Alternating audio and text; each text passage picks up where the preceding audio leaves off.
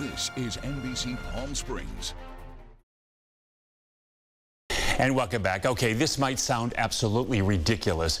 Is your smartphone giving you a bad attitude? Is that even possible? Our guest this morning says yes, and he wrote, "You can conquer your bad attitude." Welcome to Greg Hanna. It's good to have you. This seems ridiculous. How can your phone give you a bad attitude?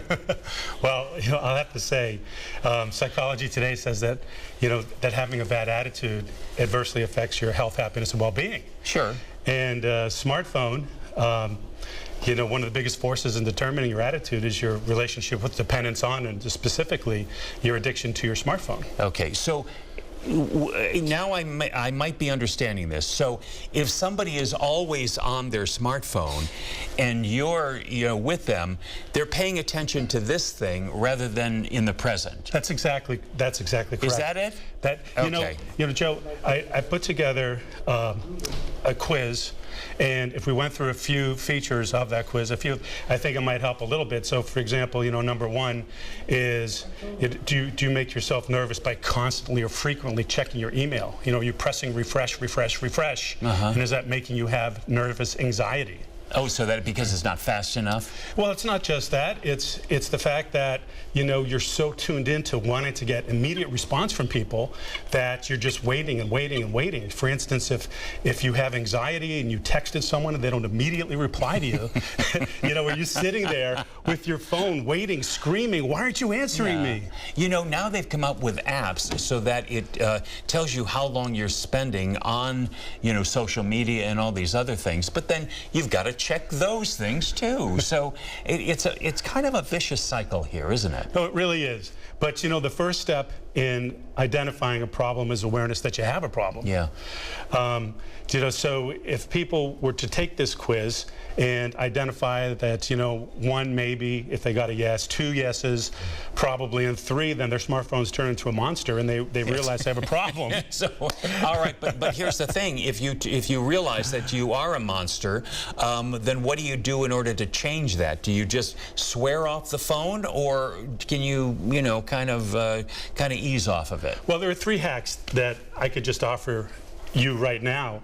Number one is, charge your smartphone in the kitchen at night, not next to you where you sleep in the bedroom. Okay. It seems inconceivable, but plug it into the kitchen, turn out the light and walk away. You can do it. Number two, and this is an important one, especially in business, is leave the smartphone in your briefcase or in your car when you go in for a meeting. Don't take it with you. You don't need it. You're bigger than it. It's not going to make you successful. You're going to make you successful. Yeah.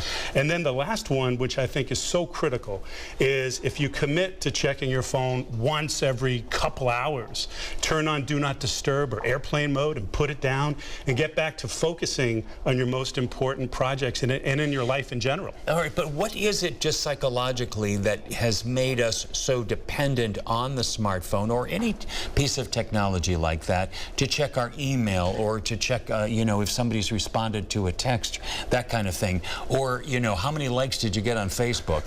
Why are we so dependent on that for satisfaction? Well, it's a human's need to be connected and to be working with each other in some social way, right? Because we are social animals. Mm-hmm. So what the phone has done is it eliminated all of the barriers between continents and around the world and locations, and it's made it accessible for people to immediately stay connected at any point in any time. And so what it's done is that it's like why in Vegas they have the bells and the lights and the beeps and the bops constantly, right? Grabbing your attention. And so the companies and Facebook and those companies have decided, how that they can grab your attention and keep it. And the phone beeping and bopping and distracting you all day long is what's the problem. Okay, well, your book comes out in July, yes, right? Sir. Okay, and if people want more information? Yes, www.smartphoneaddictionawareness.com. All right, good to meet you. You as well. All right, thanks a lot. All right, we'll take a break. Put it down, put it down, put it down, and we'll be right back.